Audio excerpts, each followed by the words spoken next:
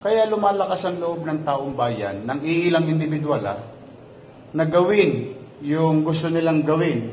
Bakit? Nakikita sa mga congressman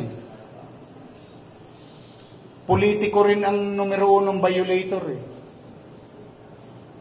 Politiko rin ang may gawa So, ang katwiran ng utaw, bakit pag congressman pwede, pag kami hindi?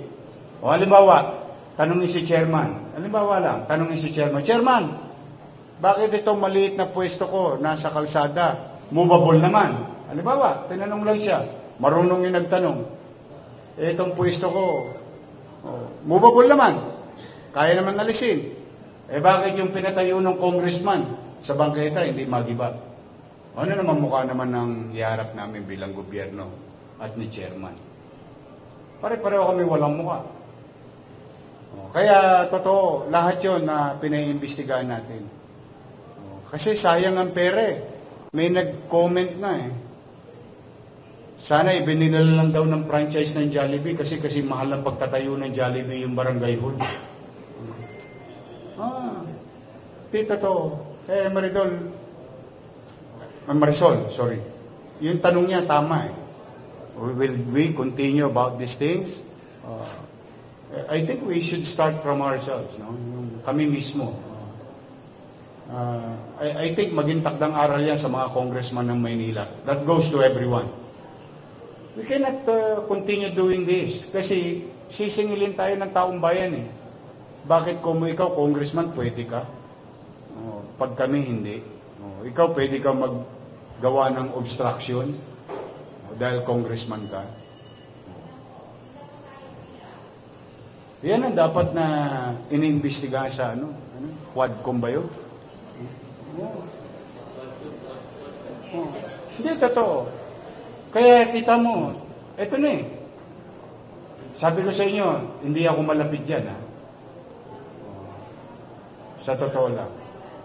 Pero kita mo, siya naging biktima ng sirkumstansya. Yung pamilya Valdez, biktima rin ng sirkumstansya. Both of them are victim of circumstances. Whoever abused, I'll let the court decide on the matter.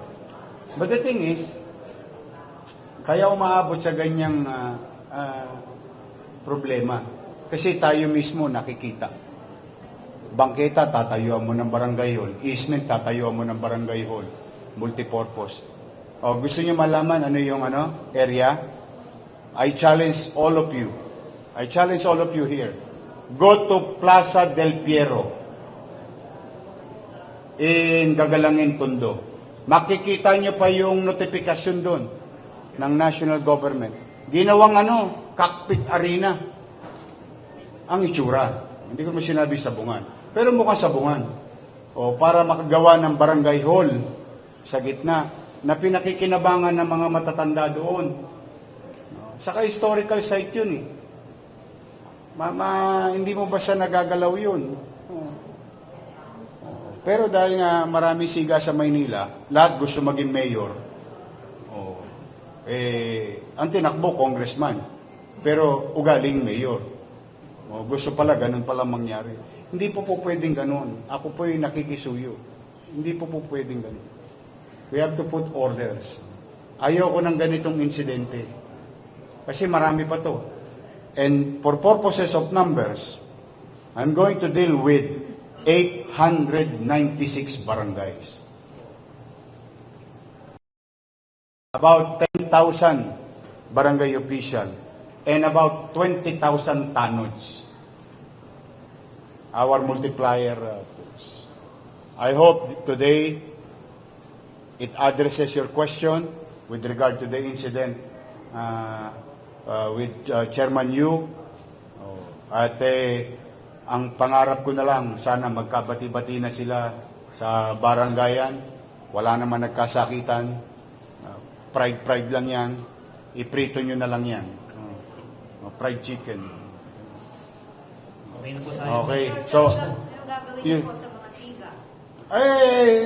pwede naman silang lumaban.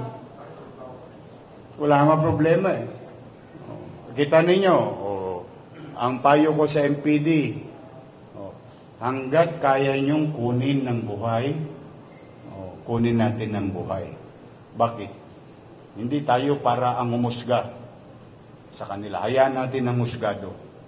Basta ang trabaho natin, we keep the peace and order situation of the city. Yan trabaho natin.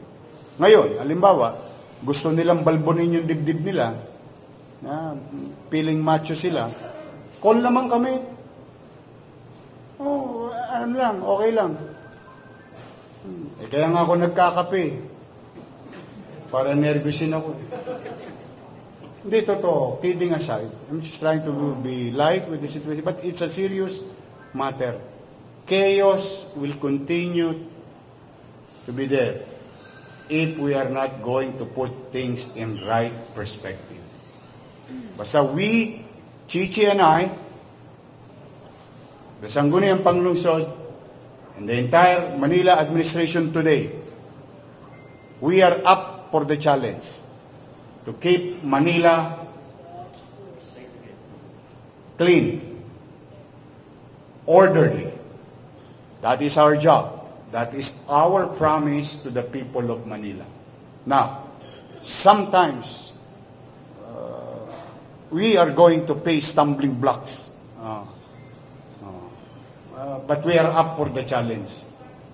Call lang kami if they want to. But, don't get me wrong.